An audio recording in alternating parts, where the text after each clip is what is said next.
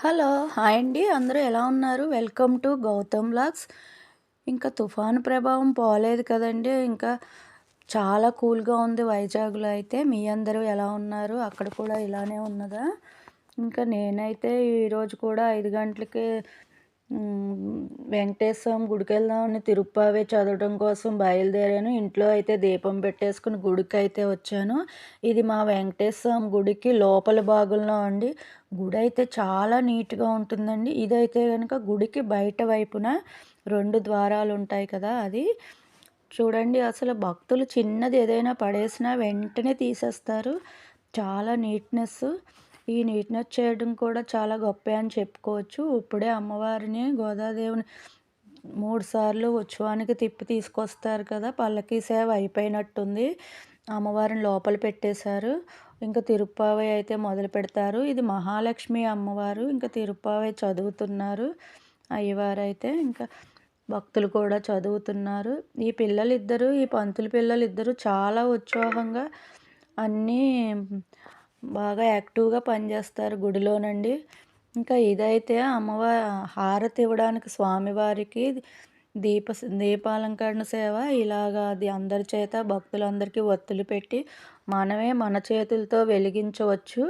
అందరినీ ఒక్కో ఒత్తు వెలిగించమంటారు. అది స్వామివారికి హారతి ఇస్తారు. ఈ హారతి ఇచ్చే అద్భుతం చాలా బావుంటుంది.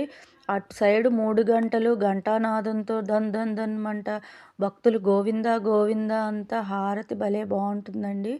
ఇంకా మహాలక్ష్మి అమ్మవారు లోపల ఉన్న అమ్మవారు, కింద బయట ఉన్న ఉత్సవమూర్తి గోదాదేవి ఇద్దరికీ ఇవాళ 1,00,000 కుంకుమార్చనండి. భక్తులు ఇప్పుడే ఒక్కొక్కళ్ళు వచ్చి కూర్చుంటున్నారు. కుంకుమ పూజ అయితే స్టార్ట్ చేసేసారు. మనం వెళ్ళి చేసుకుంటే కుంకుమ అక్కడున్న కావాల్సినవన్నీ వారే సమ ఇస్తారు అక్కడ అందుబాటులోను. మనం కూర్చొని చేసుకోవటమే. ఇంక నేనైతే ఇంటికొచ్చేసాను.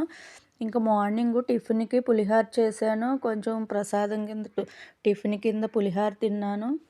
ఇంట్లో వేరుశెనగ గుళ్ళుంటే పిల్లలకి పల్లీ చెక్కు కోసం వేరుశెనగ గుళ్ళు వేగించుకున్నాను. హెల్తీ బీన్స్ కర్రీ అని చెప్పాను కదా! ఇదే బీన్సు, టమోటా, కొంచెం మినపప్పు, ఉల్లిపాయలు, కరివేపాకు ఇలా సర్ది పెట్టుకుని ఇంకా ఇది పాలు పోసి ఇగురు వండుకుంటే హెల్తీదవుతుందండి. వేపించుకుంటే గనక అది హార్డ్ కాదండి. వేపుడు అంత మంచిది కాదు. ఒక కళాయిలో ఆయిల్ వేసి ముందు చూపించిన పోపు వేసి ఉల్లిపాయ మగ్గాక ఇంకా బీన్స్ మగ్గాక టమోటా వేసి ఉప్పు కొంచెం కారము వేసి కొంచెం చిన్నది అల్లం గాని వెల్లుల్లిపాయ 2 వేసి దాంట్లోనూ మూత పెట్టి ఇలా ఉడికించి ఇలా దగ్గరికి వచ్చిన తరువాత దీంట్లో ఒక చిన్ని గ్లాసుడు పాలు పోయాలి. ముందే నీళ్ళతో ఉడికింది కదా! ఇప్పుడు పాలతో కూడా కొంచెం ఉడికితే చాలా టేస్ట్ వస్తుంది. ఇది చిన్న పిల్లలకి, ఇంట్లో పెద్దవారు ఉంటే వారికి ఇలా ఇగురు కూరలు వండితే పాలు పోసిన ఇగుర్లు చాలా తేలిగ్గా అరుగుతాయండి. ఇంకా బీన్స్ అన్నా, క్యారెట్ అన్నా ఇప్పుడు పిల్లలు ఎక్కువగా ఫ్రైలు చేస్తున్నారు కదా! లాస్ట్‌కి కూర అయితే ఉడికిపోయి ఇలా వస్తుంది. ఇంకా ఇది రైస్ అయితే ఉడికిపోయింది. ఇంకా కొంచెం బీన్స్ కూడా వేపుడు చేసాము. ఇది ఫ్రై. ఇప్పుడు పిల్లలు ఇలా ఫ్రై చేసేస్తున్నారు కదా! ఇది ఆరోగ్యానికి అంత మంచిది కాదు. పిల్లలకి అరగదు, పెద్ద వయసు వారికి కూడా అరగదు. ఫ్రై టేస్ట్‌కి బావుంటుంది. కానీ హెల్తీ ఫుడ్ అయితే ఇలా పాలు పోసిన ఇగురే పెద్దవారికి, పిల్లలకి ఎవరికైనా చాలా మంచిది. ఎప్పుడూ అలా ఆయిల్‌లో ఫ్రై చేసేదానికంటే ఇలా ఇగురు కూరలు కూడా వండుకుంటే మన ఆరోగ్యకరానికి మంచిది. బీన్స్ తినవలసిన కూరే. ఫైబర్ ఉంటుంది కాబట్టి మలబద్ధకం ఉండదు. మంచిది. ఇంకా ఇదైతే ఒకరికొకరు ఎప్పుడైనా కూరలు ఇస్తాం కదా! మా పక్కావిడ పిల్లలకి వేయండి అని సాంబార్ ఇచ్చారు. ఇంకా క్యారేజ్‌లో అయితే బంగాళదుంప కూర వండి క్యారేజ్ పెట్టేసాము. ఇంకా నెయ్యి, కొంచెం బంగాళదుంప ఇంకా పెరుగైతే ఇలా చలిగాలికి తోడుకోవట్లేదండి.